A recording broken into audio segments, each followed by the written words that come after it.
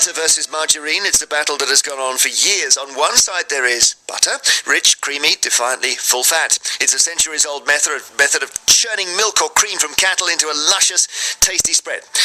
In the other corner, we've got margarine, made from oil and other things. This upstart has dominated the market for several decades now as the healthy and modern alternative to butter. It may not taste quite as good, but for a long time it has seemed the only way to eat a decent slice of hot toast without clogging your arteries up. But is margarine really better than a bit of butter? One doctor says the low-fat option is not necessarily the healthiest, and we should be choosing butter over marge. Recently, sales of margarine have plummeted as Britons choose butter in droves. They're not quite sure why. So are you somebody who's gone back to butter and you feel better, or do you swear by the low-fat alternative of marge? Do call us 0500 288 291, email or find us on Facebook and Twitter. Let us talk to the doctor in question, Dr. Aseem Malhotra, cardiologist. Good afternoon to you. Good afternoon, Jeremy. And you would choose butter over marge? Absolutely. In fact, I advise my patients to do the same. And I understand that there's two things here. One of them is which makes you fatter, and the other one is which clogs up your arteries more. Let's start on the latter. We've always understood that butter has got saturated fats in it, and they clog up your arteries. Sure, it's a very good question, Jeremy, and it's an important one that needs answering. So, originally, saturated fat has been demonized ever since Ansel Keys, an American scientist, did a study in the 70s called the 7-country study, and he made an association that he thought may implicate saturated fat raised cholesterol and heart disease, but that was never proven as a sort of causation. Ever since then, several studies have looked at saturated fat and cardiovascular disease, and really the conclusion is, and this is what I've analyzed in my BMJ piece today, is that if you take saturated fat from non-processed food, typically dairy, butter, cheese, eggs, milk, for example, that doesn't increase the risk of cardiovascular disease, and probably is beneficial. Now, what saturated fat does on cholesterol, a lot of people don't know this, is that traditionally there is the bad cholesterol, which is LDL. Now, LDL is made up of subparticles. They have large particles and small particles. Now, the large particles, which are thought to not be atherogenic or damaging to heart arteries, are influenced more by saturated fat. And in fact, it's the small LDL particles that are damaging to the heart arteries, and they're influenced more by refined carbs and sugar. And that's where the problem lies.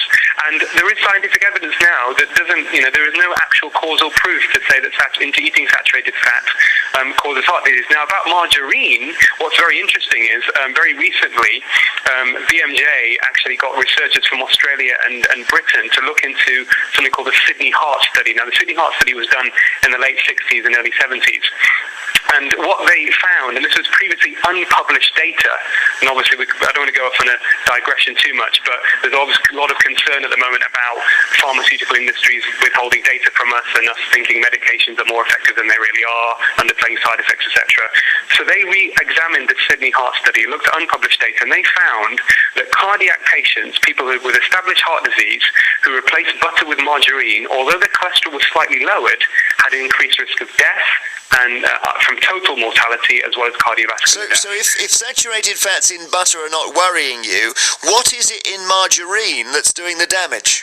Well, it's a combination of trans fats and vegetable oils, specifically omega-6, a ratio of omega-6 in the diet to omega-3. Omega-3 is very healthy, and that's certainly a very healthy fat, but omega-6 is not so much. And that's probably thought to be the problem, which increases inflammation.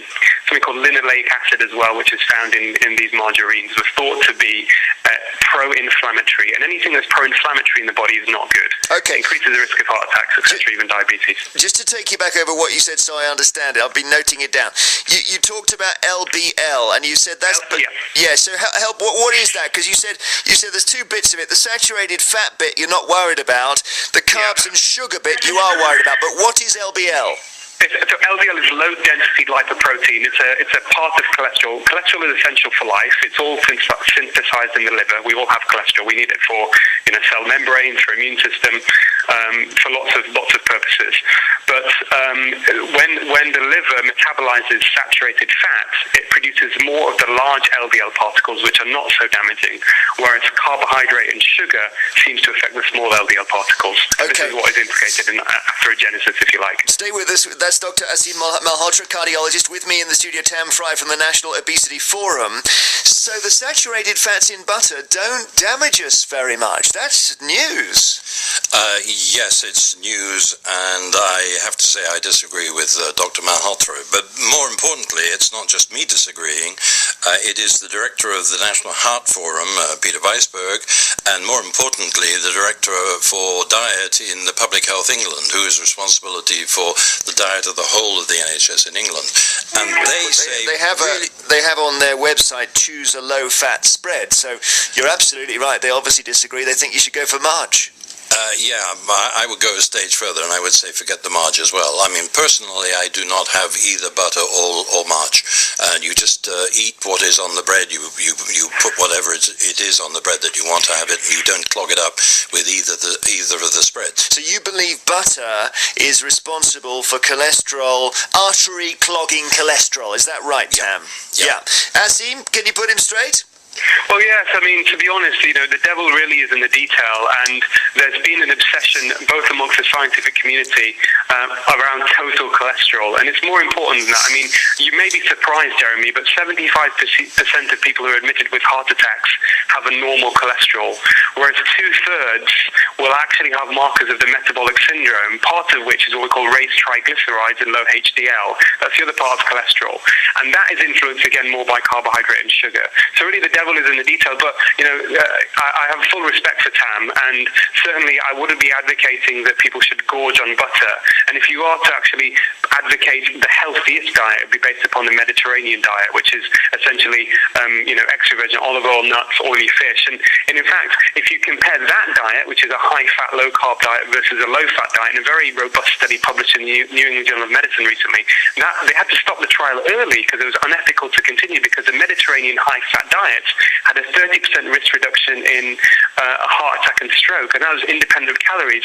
On top of that, Jeremy, I must add as well, and this is news to probably a lot of people listening, 4 days ago, Sweden became the first Western country to revise their dietary guidelines on fat and carbohydrate. They reviewed 16,000 studies and have concluded that the healthiest diet is one that is in high fat, low carbohydrate, low sugar, and they are changing their guidelines accordingly. Okay. Not only for improving cholesterol profile, but also for weight loss, particularly for weight loss. Tam is shaking his head. My major problem is that Weisberg and Tedstone will have both read the Swedish documentation and still think that Dr. Malhotra is coming out with opinion as opposed to fact. But I think, listening to him just now, there is an even worse problem, and that he is confusing people with science. And what we need It's too complicated, you mean? Too complicated. And what we need are clear messages, because there are a huge number of people, and it doesn't just stay with margarine and butter. It's a whole number of other issues who are being fed conflicting messages by various people, and they are bewildered. And in my specialty, which is obesity as opposed to cardiovascular, that is a message which has got to be quite clearly said, that butter is bad for you. Thank you very much, Tam Fry from the National Obesity Forum, and Dr. Aseem Malhotra, cardiologist, who thinks we should choose this. We are the lads from country life, and you'll never put a better bit of butter on your knife if you haven't any. Have a word with your wife and spread it on your toast in the morning.